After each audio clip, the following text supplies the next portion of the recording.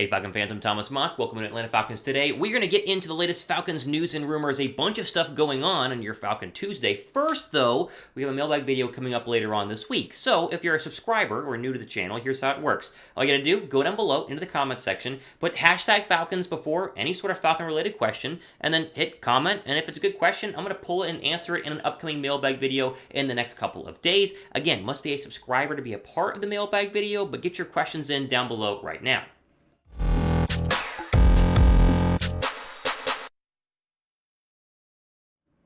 All right, let's jump to the latest Falcons news and rumors here on a Tuesday, starting with a story that's been growing the past couple of weeks, and that is Grady Jarrett and a contract extension. There are active reports right now from multiple sources saying the Falcons are still working on extension for Grady Jarrett. And if you remember back the past couple of months, it feels like Atlanta has been trying to re-sign Grady Jarrett and extend him to a future contract. The problem is they haven't been able to get this done. Whether it's internal money issues, and the Falcons have worked really hard to free up cap space, which they then spent on free agents, or the fact that Grady Jarrett is unsure if he wants to be a Falcon in the future, we don't know. But something is holding this up, but apparently this might be done in the next couple of days. Now, Grady Jarrett is entering the final year of his deal, so naturally now is the time to go ahead and get this done. If you want to keep him, you don't want him to hit free agency in 2023, but the flip side of all this, despite the fact there are reports, as we'll read here in just 1 second, about extending Grady Jarrett, there have been plenty of teams that, which according to other sources, have been calling the Falcons about possibly trading for Grady Jarrett, and so that still remains a possibility.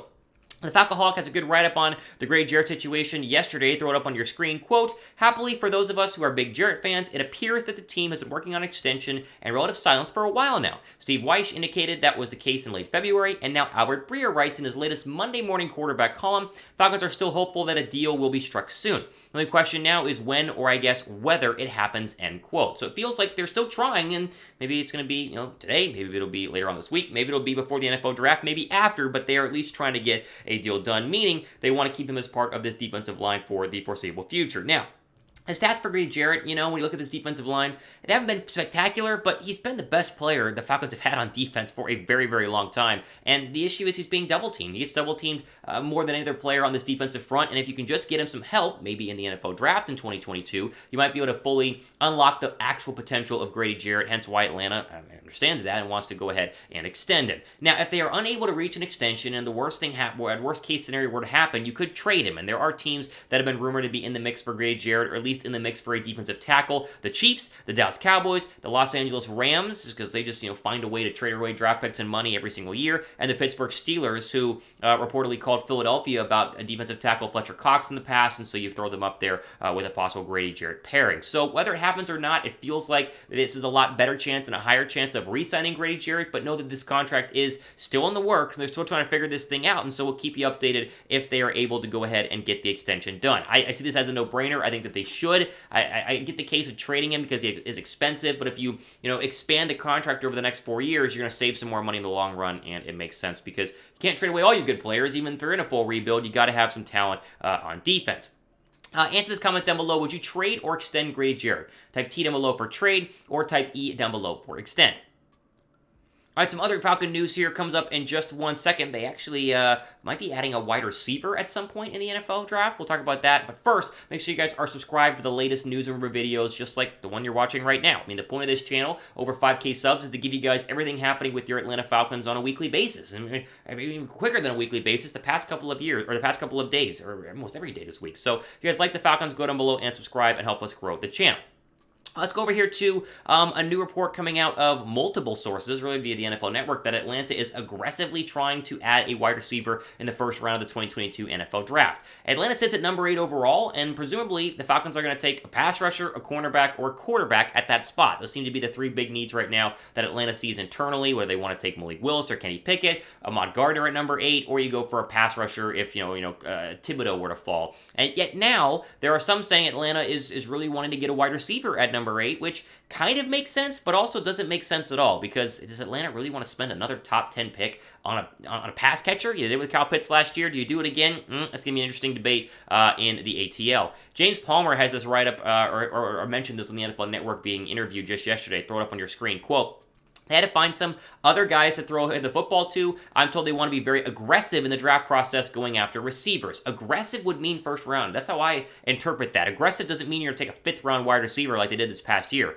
That means they're going to be aggressive and go get somebody. Now, it makes sense when you look at the wide receiver depth chart because they have nobody. I know that they, of course, have signed some players. They brought back Cordell Patterson. We'll talk obviously about bringing in Auden Tate with, later on in today's video, but they don't really have a great pass catcher besides Kyle Pitts, and he's a tight end, right? He's not a true wide receiver. So it does make sense that they would want one. I just don't know if you can spend number 8 overall on Drake London or number 8 overall on Chris Olave. Like, I know these are great receivers and they would be massive upgrades over what you have, but can you afford to take a pass catcher, a skilled player, at a position where you really need another corner? Like, you really, or maybe not even another corner, you need another pass rusher. I think pass rusher still remains the number one option here and where I would go, but it will be interesting to see what Atlanta does from a wide receiver perspective. A lot of mock drafts have had Garrett Wilson going to Atlanta at number 8. Like, the last 3 ones I've looked at have all had the Ohio State wide receiver go there. They would not take Wilson at 8. Trust me. Out of all the 5 that we just mentioned, Wilson's the least likely one. He's more of a slot player. They need somebody on the outside, like a Drake London or a Treylon Burks or Jamison Williams or even a Chris Olave who can go both inside and outside. So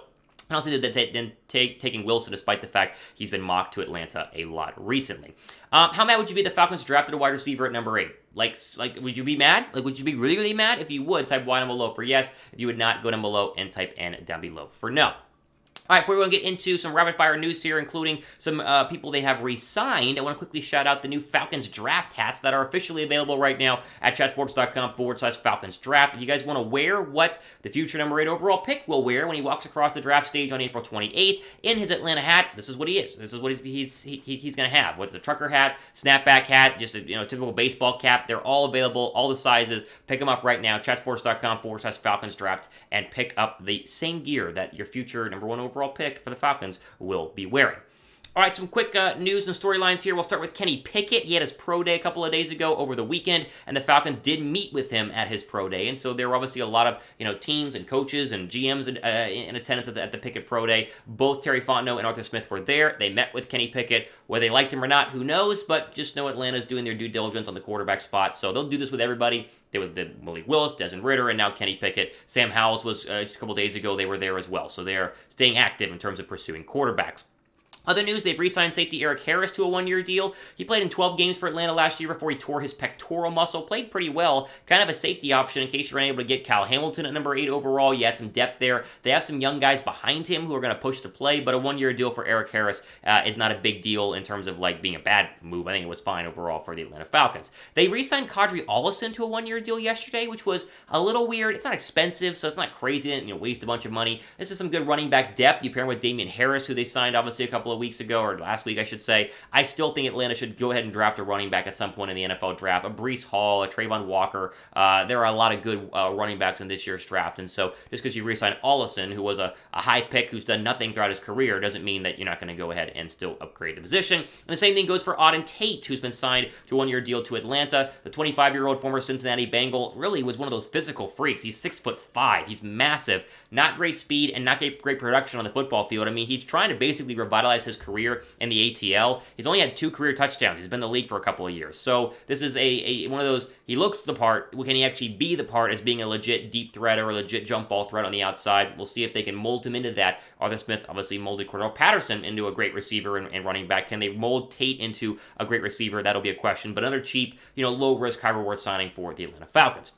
There you go. There are your latest and greatest news and rumors regarding your Atlanta Falcons. If you guys like this video, make sure you guys are subscribed to the channel by going down below and hitting that red subscribe button. Also, click the notification bell to be notified whenever we drop our latest videos, including the upcoming mailbag video, which of course you can be a part of by going down below using the hashtag Falcons. Ask any question that you want, and then we'll answer as many as we can in the next couple of days.